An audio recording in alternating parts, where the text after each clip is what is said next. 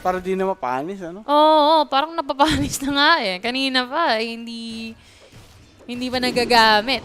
Yan. Pero yun nga po, mga kaibigan, nakatakas naman dito. Si Natsme. Okay. Balik sa pagpa-farm, now approaching for that BKB. Maganda naman yan, para nga ma-prevent yung mga disables and everything dito ng Army Geniuses. But, grabe. Lahat ng heroes, hindi na kailangan umuwi. Basta may poke na. Tamang ganun lang. Life drain lang kita. Okay, mababa yung mana mo. Life drain lang kita. Poke na, magre-regen lang din naman yan. Yun nga. Walang problema. Sobrang minimal ng problema dito. Mga tropa. Pero, yun nga pong boom.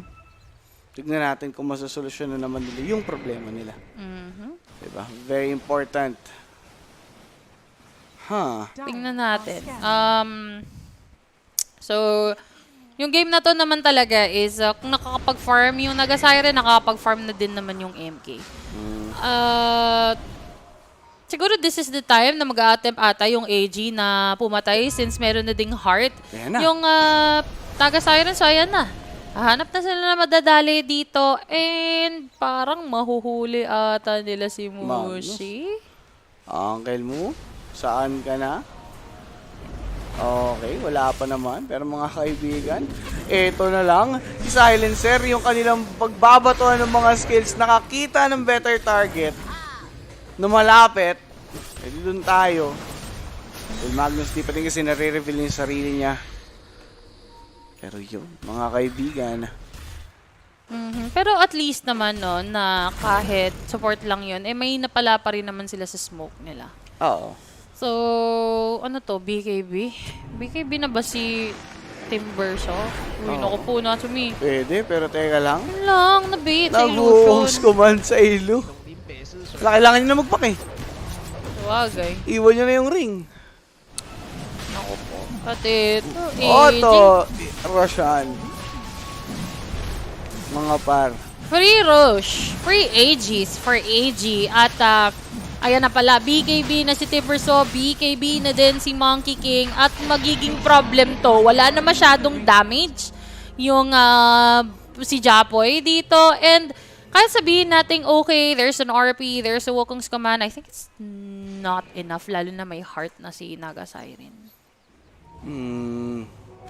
Pwede, pero uy. Teka lang. Invisibility for Japoy. Pwede pa niya ito masulit kung kakapick up man siya dito. Diba? Better if Monkey King. Kaso yun nga mga par. Nakapick up na utilizing that rune. Boundless Strike tumama kay Yowie. Nakatulog na nga siya dito ngayon. Soulbind tumama pa kay tropang si Dark Willow, but Dark Willow nabigyan din dito nitong si Natsumi on the side. That's gonna be Naga-Siren chow down, but the guys from Boom, meron siyang song. No BKB up for the side of Boom, mga kaibigan. Naga could just TP away. The song duration, saktong-sakto. Si Yoa, kailangan niya ng BKB dito. Nasi-set-upan lang siya ng Global Silence, wala siya magawa. So, once na merong BKB si Yowie, palag-palag. Pero this time, maganda din yung ginawa ng Boom Esports na alam nila sino uunahin nila. Yeah. Si Naga-Siren, kahit makunat, hindi pa ganun kasakit yung damage. So, si Yowie pa talaga yung main damage dealer dito ng AG. So, once na masetapan mo itong Global Silence and Flaming Lasso, okay na okay lang. And very well played from Boom Esports, even if merong AGs. Yung AG doon, hindi pa rin nakapalag. Mainly because, alam nila kung sino uunahin nila. Yun, they knew who to target. Batrider. Okay, siya naman yung maghahawak ng utility for them. Pwede, pwede. Pero yun nga pong Army Geniuses na grouping up. Papalag naman ata eh. Mukhang papalag naman dito. Japoy, naghahanap. Top. Ang sobrang tapang. Ang layo nga ng mga kampi niyo. Oo nga eh. Ang tapang niya masyado. Siguro dahil meron siyang BKB. And yung MK, mabilis lang naman makakapag-backup yan. Tatalon lang yan sa puno. And they know na wala pang BKB si Wind Ranger. Pero yun nga, Yowen knows kung anong kailangan niyang i-next item. At yun naman yung binibuild niya, onti na lang din naman. Uy, kaso nahuli. Babay muna si Barish. Pero tumatagal pa dahil sa life drain, ha? Akala ko mag-survive pa eh. Kala ko nga, mapapatay niya pa si... For the Ags? Okay. BKB na completed for this Wind Ranger. Kunat niyan. Ang dami makunat dito sa AG. Pag nakapag-aganim Scepter si Timber sa dito, tapos meron pang Naga Siren na may heart. And I think, yun na lang. Naga Siren, kailangan niya farmin yung kanyang items. Si Yowie, once he gets his BKB, I think kahit Gleipnir BKB lang, maganda na for Yowie. At kailangan niyang unahin talaga dito is the supports. Lalo na to si X-Nova. It's important na mapatay niya agad yung silencer nang hindi nakakapag-ulti. Kasi sobrang sulit nung nung Lancer. Say for example, nakapag-ulti bago mamatay. 'Di ba? Line tulong pa nun. Pero yun nga pong boom, mabanto ng konti dun sa jungle. And ito na mga mid lane na kanilang pinagbabalakan na i-shackle sabay focus fire. Warak si Uncle Moo. X-Nova nahabol pa nila dito. Monkey King from the trees, dropping the Wukong's command sa may boundless strike. Hindi po nadali si tropang Pochi, and that's gonna be the BKB of Japoy. About to be deleted, buta na lang TP out. Kailan kaya ako makakita ng RP na may mapatay sila? Wala. Once ko lang nakita yung RP, yung in-RP niya yung Naga Siren, tapos nakapag-song. Dito sa may jungle area ng AG. But that's it. Siguro ang nagiging problema kasi dito talaga ng boom is sobrang nag-farm. Ang tagal nag-farm ng neto ni Mushi to the point na nakapag-farm na din yung Naga Siren. Nakascale na din. Ano? Oo, kaya nung pumalag na sila, a little bit too late. Maganda sana yung rotations ni Japoy dito eh. Siguro naisip ni Mushi na hindi naman ako pwedeng, hindi naman ako kailangan sa mama. Pwede, kaya naman nila yan. Kasi nga, nagdo-dominate naman sobra si Japoy. Pero still, ito nga yung problema ng boom kanina eh. Nung game 2, panalo sila sa early game to the mid game. Pagpunta ng late game, wala sila magawa. Wala sila magawa. Pero mukhang tunay nga ang salam ni Sir Jules ha. 2-0 yung una. Nung ang second series, gumi-game 3 na. Nung nagsimulang manood dun sa amin. Ano? Nanonood Baka siya. ako yung salam, ako yung nagkakas eh. Hindi, nanonood si Sir Jules eh. Pero siya yung nagkas nung una. Hindi, wala pa. Wala pa si Jay. Wala pa yung mambabarang. Tulog pa. Ganun ba yun? So, pag magkasama yun. silang dalawa, ganun ba yun? Pagkagising yun ng babarang, mas masakit, mas madalas, mas malakas yung sumpa kay Sir Jules. Mamaya, mga kaibigan, tignan natin kung ano bang... May kas ba silang dalawa mamaya? Si Jay meron. Pero mukhang malas si Sir Jules pag naglalaro. Kaya mamaya magagalit yan kasi naglalag. Kaya na yun eh. Sumisigaw dun sa likod ko. Ala, gano'n ba yan? Di siya maglaro ba? Shoutout nga pala kay Sir Jules. Diyan, mga... Sir, huwag ka na manood. Namalas mo na eh. Mabot na nga ng game 3 o baka mag-long game pa to. Baka nga ganun eh. Oo. Pero ganun yan guys. Pag game 3 series, nanonood si Sir Jules. Matic yan. Matic na matic. Pero yun nga pong boom, mga tropa. Hindi pa tapos. Gusto nilang banatan dito ngayon etong si Timber. Pero ang kunat-kunat ng muka. Oh my God, what's happening? Sila yung nag-umpisa, sila yung nabibigyan dito ngayon. Good shackle shot. Aabutan pa ba? Wala naman ng panghol dito ngayon kay Mushi. Wala naman din damage. There's the lasso. Locking down this Timbers, oh. And yun na nga pong BKB na gamit ng mga kaibigan. Makakatakas lamang sila doon sa Wukong's command. Mushi's BKB, though, di pa rin nagagamit yung RP. Nagamit na lahat ng BKBs, lahat ng kung ano man, yun ngang RP, wala pa din. Ewan ko ba? Pero... Meron siyang tina-target eh. Parang wala na, nabanis na yan, pre. Nagpas-expiration date na ata yan. Pero malay mo naman, babawi mamaya, di ba? Oo, kailangan nilang bumawi kasi road to division to na naman ito. Oo, kailangan nga talaga. Naku po. Oh my God. Isang magandang lang, combo. RP Wukong's command. Inkswell. Global Silence, ganon. Pwede. The dream yun. Dream. The dream yun for Boom. Mas dream pa ako nga mahuli mo dun sa play na yun would be this Naga and this Timber. Diba? Timbers ako kasi kaya mapunit yan sa Jingo Mastery ni Monkey King eh. Nababaliwala din yung kanyang tawag dito, armor. Pero uy, akala ko magsusod dito yung Boom ha. Saan na ang sod? Wala pa. Casual silang maglalakad mga par. Okay. Yung Roshan, matagal-tagal. 1 minute and 30. Yun nga pong ating tawag dito. Roshan, bago mag-spawn ulit. Yung pong Boom naman. Saan sila? Steady na lang din. The Army Geniuses also knows na pwede silang pumalag. Timbersaw going for that Octarine. Mga kaibigan. Okay. Pero eto na. Smoke play na. Smoke na.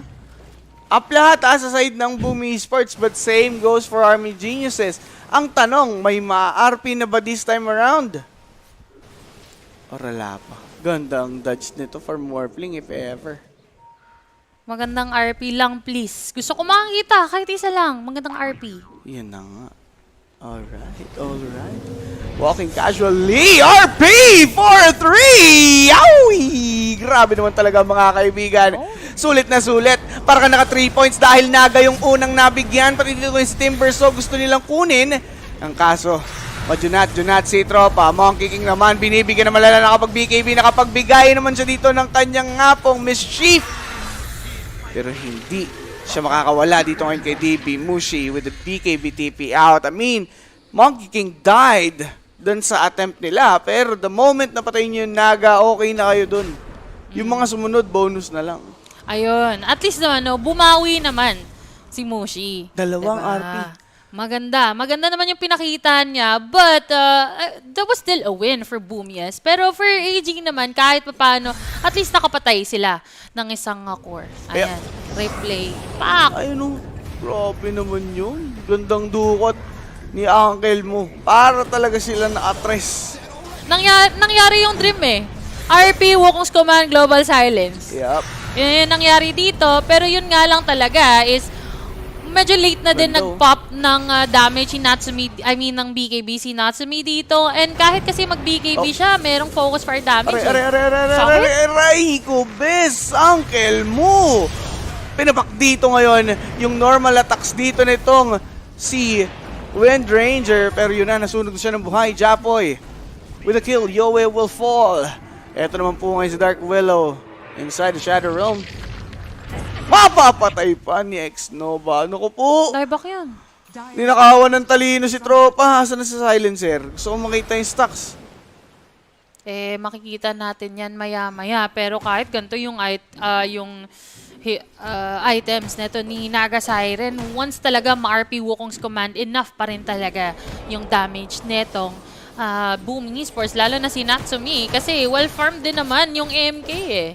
But going for the Hex, going for the Hex etong Naga Siren, and I think he's aiming Natsumi dito sa i-hex niya para mapatay agad. Hindi naman ganun kasi kakunat si Natsumi eh. Once na ma-hex to, burst lang nila or aim lang nila with their damage. I think they have enough damage to kill the MK. Oo, palag naman din. Kita naman natin kanina eh, di ba?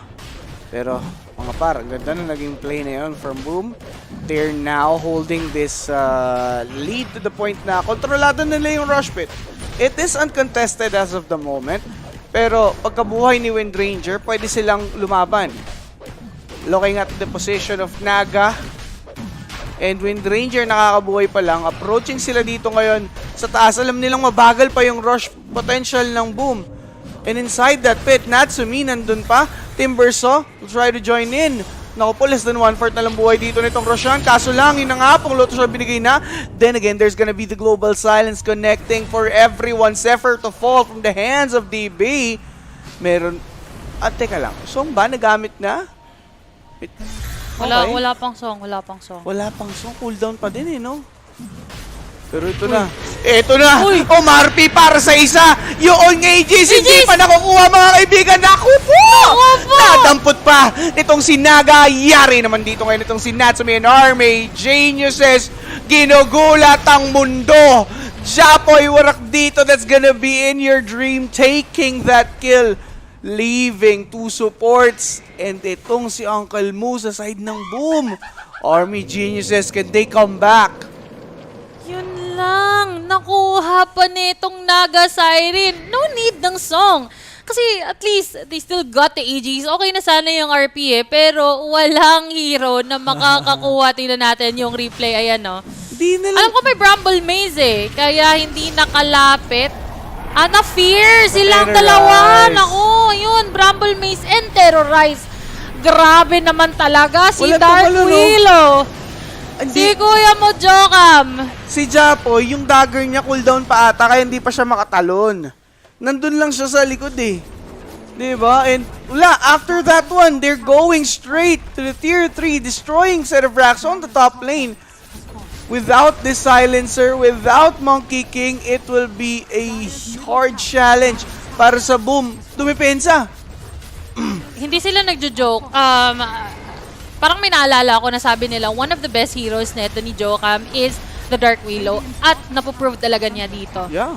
Na with that Terrorize, lumamang sila, nakakuha sila ng AGs, nakakuha silang one set of racks, baka nga dalawa pa, hindi naman siguro. Okay, mag-respawn na yung Boom dito, but still, that is a very big win for AG. Yung clash na yan. Kung tutusin, kaya pa nila lumaban eh. Pag pumilit dito yung Boom. Pero wait, ito pala yung isa nilang sagot. That, what do you call this? Dark Portrait from Grimstroke. It is a good answer by Boom. Pero, Naga is still Naga, mga kaibigan. Tsaka hindi lang Naga yung problem nila dito eh. They still have the problem kay Yowie. DB sobrang kunat. Tapos yung dalawang supports pa ng AG dito, very annoying. Ayan. So, tingnan natin kung makakabawi. Pero kaya pa naman makabawi. Ng Boom, meron pa naman silang buombo combo.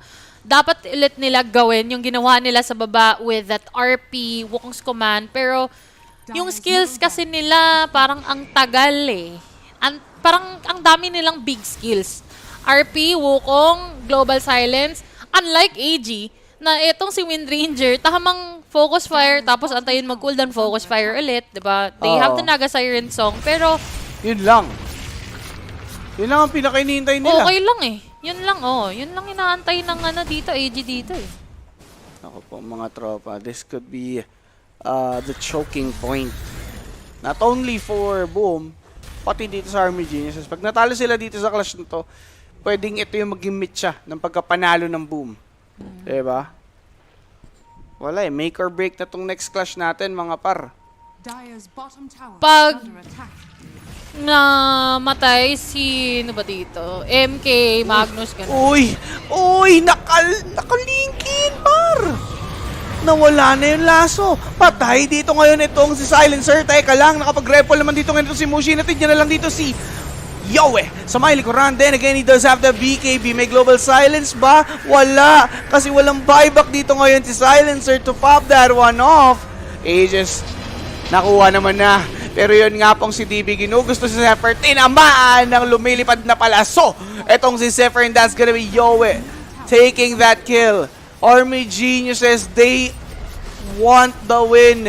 They want this slot. They're bringing Boom down back to Division 2. Ayun na nga, parang ngayon na eh. Kasi, napatayin nila si Naga Siren, no. pero tingnan mo yung damage. Oh no. Japoy falling. He does have the buyback. Harpoon. Patay pa rin si Mushi. And no, my God. Boom. They're wrecked. They will fall down dun sa ating Division 2. Smiley plus GG pa. Mga idolo. Army Geniuses with that reverse game. Reverse sweep series dito sa ating C region and they will complete the Division 1 teams dito sa C. And Wala. Yung umangat sa Division 2, bumalik din agad pababa. Yung dalawa. Yung dalawa. Kasi sabihin natin na sobrang ganda ng clash dito sa AG, sa Roche Pit. Oo. Yun, isa yun sa nagpanalo sa kanila. Pero I think, one of the reasons why natalo yung Boom Esports is because sobrang passive nila early. Yeah. Yung power spike nila early game eh. Pero ang nangyayari kasi, nagfa-farm etong Magnus, Japoy, nag-roam around siya sa map, pero hindi talaga nila na-shutdown masyado si In Your Dream. So, yun ang nagiging problem. Same na naman sa nangyari sa Game 2, na pag-farm nila, nahayaan nila yung carry ng kalaban, yun ang nakatalo sa kanila. Batrider, nakita mo, wala nang magawa sa late game. Walang kaso sa laro ni Japoy. Kitang-kita natin, nag-dominate siya all throughout this series. It's just that, sobrang lakas ni In Your Dream. He can carry everyone doon nga sa game na yon. But by the time na nag-step na si Yowie, nag-step up na si DB, wala na eh. Nag-shine na talaga yung Army Geniuses doon sa ating series. Game 2 and game number 3. And there we have it, mga par. Boom! Will fall back down the Division 2. Hindi ko lang alam kung magkakaroon na sila ng roster change. Feeling ko, stay muna hanggang sa qualifiers. Diba? Malay naman natin. Pero tutok na lang kayo dito sa Koinik para sa mga posibleng mga mangyayari sa mga teams na yon. So, bali, malapit-lapit na. Pero meron tayong Division 2 at Dream League. Do check that out. Follow Kuya Nick kung gusto nyo nga pong mapanood yon. But I think, dito na muna tayo magtatapos para sa C-Region. May Western Europe mamaya. Do check that out. Once again, we're your shoutcasters. This is JB together with LV, signing off. Kita-kits mga par. Very, very passionate words about the topic. I'm guessing you probably won't be sharing them on the panel. It's only for your ears, man. Yeah, no need to kick them while they're already down. I'm sure they are very, very sad at the result. I mean, there is only one reason why they're going back to Div 2, because they belong to Div 2. Yeah, it's true. It's because of John X-Fire. He just loved him too much. Too much love. Stay away from John, guys. Stay away from John. He's toxic. Yeah, I mean, I don't know what they should be doing next season, you know. Like, ideally, I feel like I know what they should be doing. They should be looking for players. Yeah, they might have to just remake the whole roster. Not somehow. working, man. Build around Mushi or, build around Yopaj. You want Mushi to go back to full active play? I mean, I love Mushi playing. Yeah, I think he's know. shown that he can play. He constantly shows that But he can you play. think he wants to play, though? I don't know. He That's probably, a he probably question for- prefers to be... I think he will play with the right people. Because Mushi's the type of person that if he wants to do something, he wants to like go. There's no go half- yeah, no no half half-ass. Yeah, no half-ass. Yeah. He full asses things. And Boom was in such a lead, and they just felt like they couldn't do anything. Like, I don't want to blame Natsumi, but I think he went for his Belfry into Manta. Like, it was the same as the Terrorblade game. He didn't buy items that allow his team to take fights. Yep. You can And then- blame him this fight. Look at what he's doing this fight. Okay, he kills the first hero with Boundless, with ulti, and then he jumps in the game. He doesn't like wait around the trees for his second cooldown of Boundless. I mean, Didn't press BKB. he didn't press BKB. I mean, sure, you didn't use BKB, you want to be aggressive, but you also want to be smart about the team fights. You wait for your next set of cooldowns before you go in again with your BKB that you saved before. Yeah, I mean, I think after the RP from Mushi, the only way they lose that fight if he goes in and dies without pressing BKB. Yeah. And literally that happens like every single fight, Like he's been really poor at, I feel like, team fights, like knowing which hero to kill, when he should be going in, and what he should be doing in the team fights, Yeah, I'm sure we're going to see the highlight of them attempting to steal Roche right here. So Mushi waiting for his moment, gets the RP, Natsumi goes in, but no No BKB. BKB. What the Again. hell? This is totally unacceptable. Your Magnus blinks in, catches the enemy carry, kills the fucking Roshan, and you go in as the carry and you don't even want to save the BKB for what? Like, even if you die, that you use your BKB, you die, you pick up, as long as you fucking pick up the Aegis, you're Gucci, But why are you being so greedy? Why? Manta Did style. not respect the Dark Willow. He thought he had them Arteezy reactions to be It able was to a good terrorize, though. It was pretty on point, the terrorize. I It was don't a think he very had time good to terrorize. BKB. He had to like pre-BKB before he jumped in, which is what he should have done, but I don't know, I just feel like the timing sync on Boom never came together. Like, they were strong, Yopaj was strong. Man, do I feel for Yopaj. Yeah. I feel like every early game he's like 7-0, and then he dies, and then the game is over. That's actually how it feels, It's like playing a pub. He plays Ember Spirit, your team's feeding, he goes 7-0, boom, one death. GG, you lost. Yeah, that's why he feels so much pressure. I can't help but feel for him. Like, he needs to do so much in the team, and yeah, he has bad games, but you just can't expect the guy to carry every single game. The actual carry has to do something. Sometimes I feel like 10 games, like maybe one game Natsumi is actually doing something in the game. Like with the Mushi buff when Mushi played the first day, and that was the day where I feel like Natsumi actually played Dota. But after that, I mean, the spark just faded. Wind Ranger MVP once again. This hero MVP hero. might just be rising in stocks. I know pub players are definitely very, very frustrated with her. They say that Lina has basically been traded out for Wind Ranger from Lima Major. It's all these ranged carries who you seem to can never shut down, and Yoei delivers in this series winning performance and Div 1 winning performance, as they will be remaining in Div 1, which they got to stick in for 2 tours now. They survived, because it was Tour 1 that they were grinding up from Div 2, and then they made it into Tour 2 and was quite close. It was into a tiebreaker to determine if they would make it to the major or not. Came just short. This time it's a tiebreaker that's much less glamorous. It's just to stay in Div 1, but it's still proof that they are capable enough to stick around. And perhaps one of the reasons why they are been capable enough is because they've got a coach on their side. Claire, a pleasure to finally speak to you. Have we gotten a chance to interview you before on one of these yet? Yeah, I think at the conclusion of Division 2, so in the first season, I spoke for quite a length there at the end. But yeah, I think we're out of the spotlight at the time because we're Div 2, obviously. But yeah, shoot away.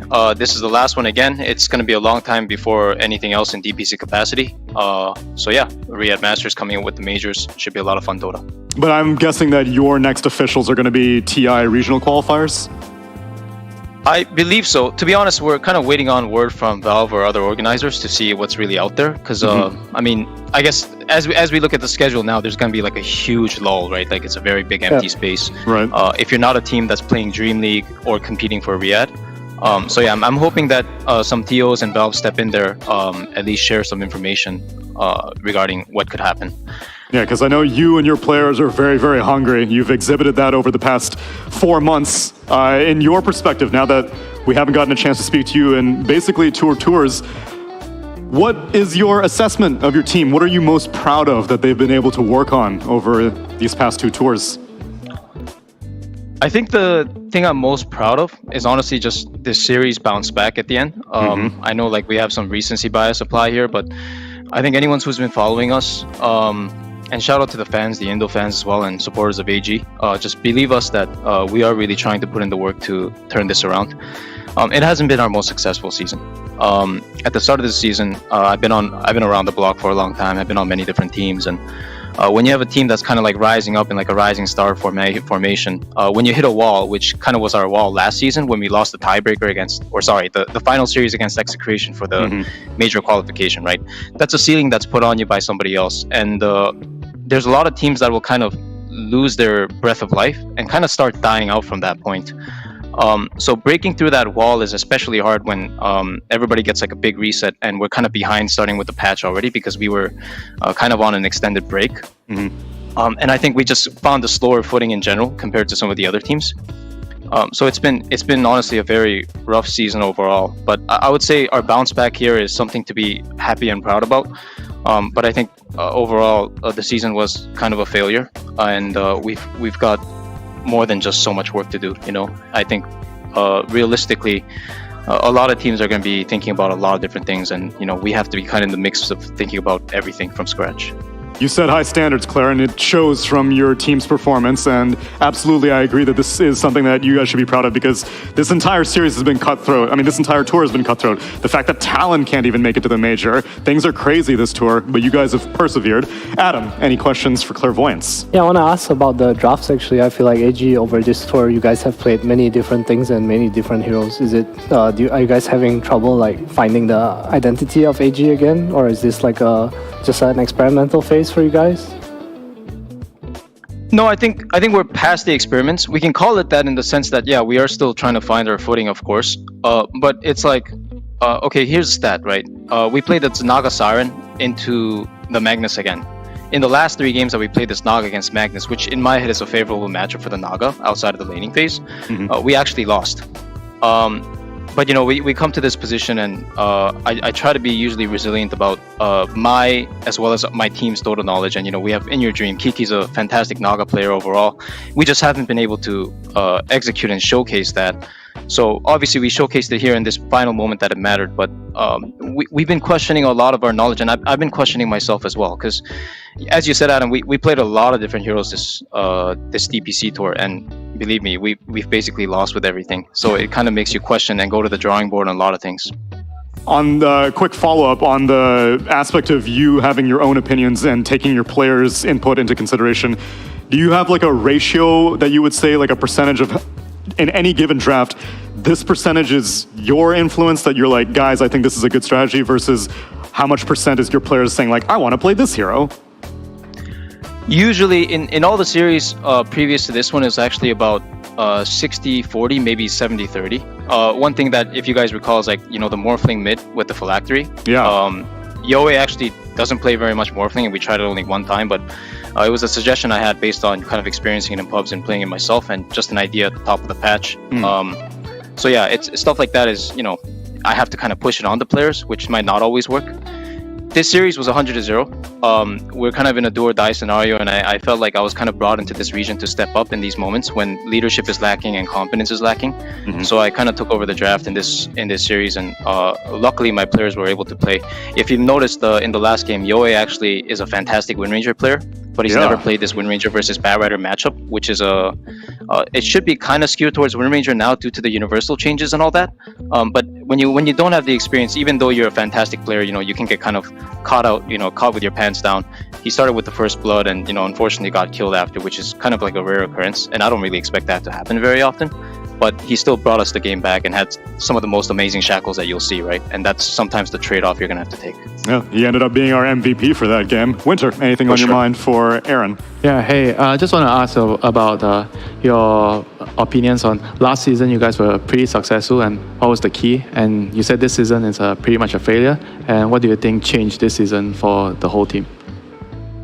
Yeah, it's the end of the season. I can speak on this. Normally I wouldn't. I think the biggest change actually to our game as a team is, if you noticed us last season, Jocam's usually on an initiation hero. I think the most prominent of that was Tiny. This patch with the map changes, as well as the range supports coming into play because of the positioning of the lanes and how people want to scale with their offlaner more than they want to scale with the support. The Tiny has kind of fallen off and lost its place, along with the huge cooldown nerfs that it received, right? So we kind of lost that initiation factor, and we had to rely more on DB, who is more of a natural, like he's a player that transitioned from the offlane, from the carry role to the offlane, right? The skill set to be able to find all the perfect jumps is not necessarily developed yet. And when you have a new patch coming in, you have so many, like you're completely overwhelmed as a player. You got a guy like me who was pretty strong-minded myself, like nagging in his ear constantly about miss CS and stuff like that, right? So the amount of sheer pressure that a guy like that can experience, it's easy to crumble and make a kid like that break. But I think I chose this guy, and I think he chose me for specific reasons. Despite the lack of the best performances, I still have faith, and I'm hoping that we can still get another chance to show that. The faith was rewarded, Claire. Even though that this season may be considered a failure in the grand scheme of things, I think ultimately it's about making it to TI, and you've got the foundation to do it. Appreciate the candor very much. Congratulations on this series victory, and hopefully we get more officials out of Army Geniuses in the near future. Yeah, hope to see you guys soon, and it's always very entertaining. Thank you very much. Much love, man. We'll catch you later. And with that, we conclude the Southeast Asian DPC.